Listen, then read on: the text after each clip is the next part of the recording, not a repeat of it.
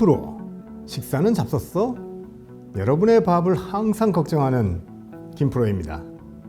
최근에 상담한 고객 중에 10년 전에 배우자와 자녀를 캐나다에 유학 보낸 중소기업 대표님이 있습니다.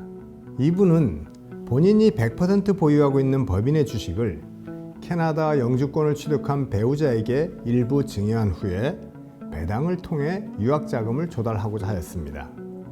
지금까지는 본인의 급여로 캐나다 생활비와 유학비를 충당해 왔는데 급여로는 감당이 안 되는 경우가 많았습니다. 소득세의 누진세율이 높기 때문에 급여를 높게 책정하기도 어려웠고요.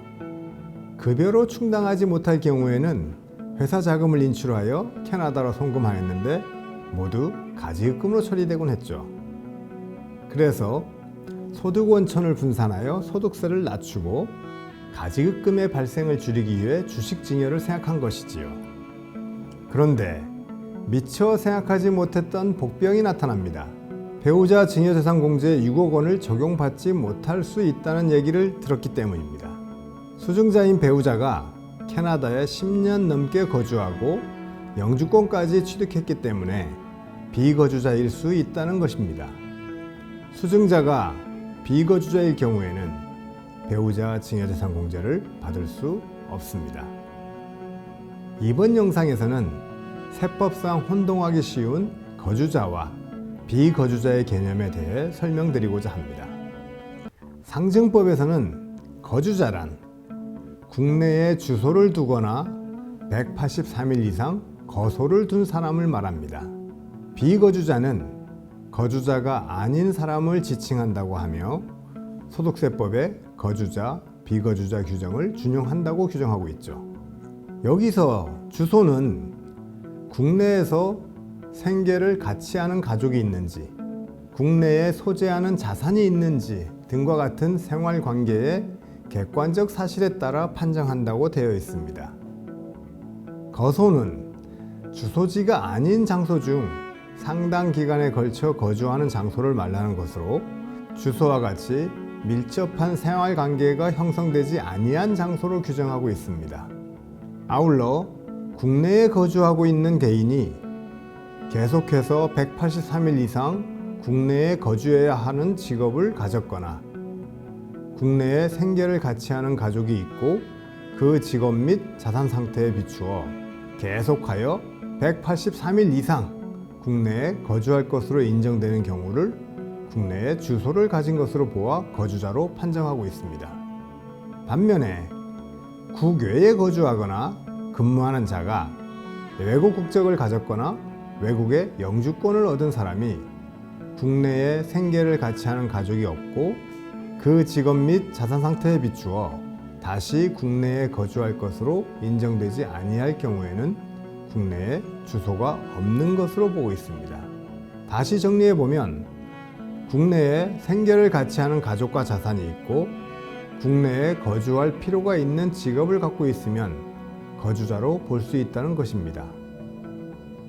말은 쉽지만 현실에서는 판단하기가 참으로 어렵습니다. 그래서 몇 가지 판례를 통해 거주자와 비거주자를 구분해 보겠습니다.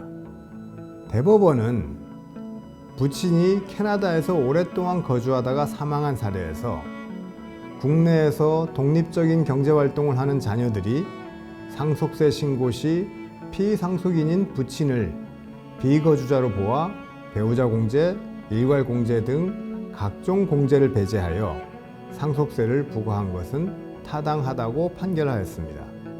비거주자가 사망할 경우에는 기초공제 외 배우자 공제, 일괄 공제 등은 공제받지 못합니다. 공제를 받지 못하면 납부할 세액이 커지겠죠?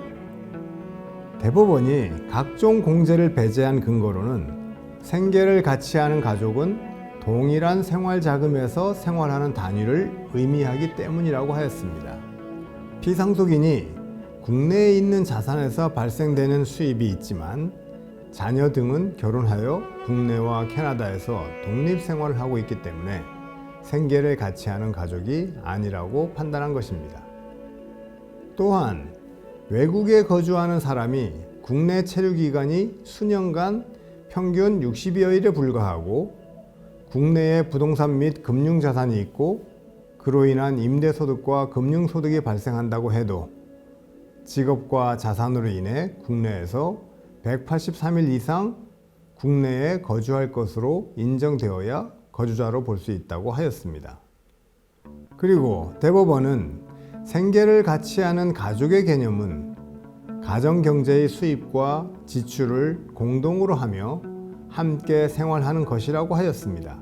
그래서 외국에서 거주하는 배우자가 국내 소재 자산이 있어서 자력으로 생활이 가능할 경우 공동의 가계 내에서 생활한 것으로 보지 않고 배우자를 비거주자라 판단하였습니다.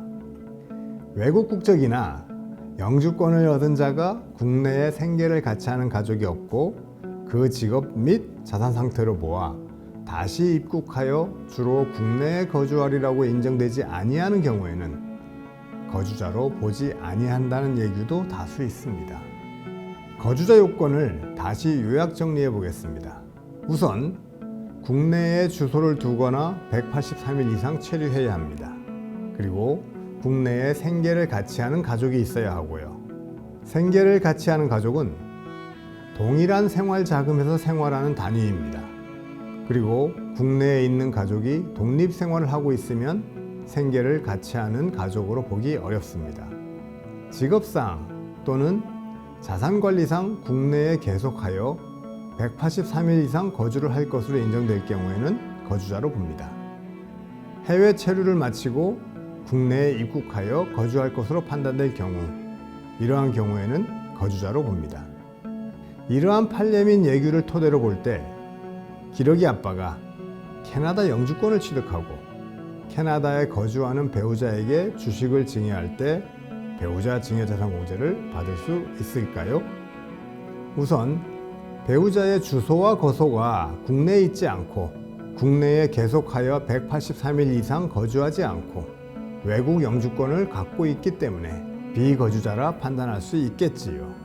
하지만 남편의 소득으로 캐나다에서 자녀와 함께 생활하고 있기 때문에 남편과 생계를 같이 하는 가족으로 볼 수 있으며 자녀가 독립한 후 배우자는 귀국하여 국내에서 생활할 수 있을 것이라고 판단될 경우에는 거주자로 판단되어 증여재산 공제를 받을 수도 있을 것입니다. 과세당국은 이러한 질의에 대해 객관적인 사실관계를 종합하여 사실 판단할 사항이라고 할 정도로 판단 내리기가 무척 어려운 내용인 것이지요. 다음 영상에서는 거주자와 비거주자의 상속세 및 증여세, 양도소득세 등의 차이에 대해서 설명드리겠습니다. 영상이 도움되셨다면 구독과 좋아요 부탁드리며 앞으로도 더 유익한 영상으로 찾아뵙겠습니다. 지금까지 대표님들의 밥을 항상 걱정하는 김프로였습니다. 감사합니다.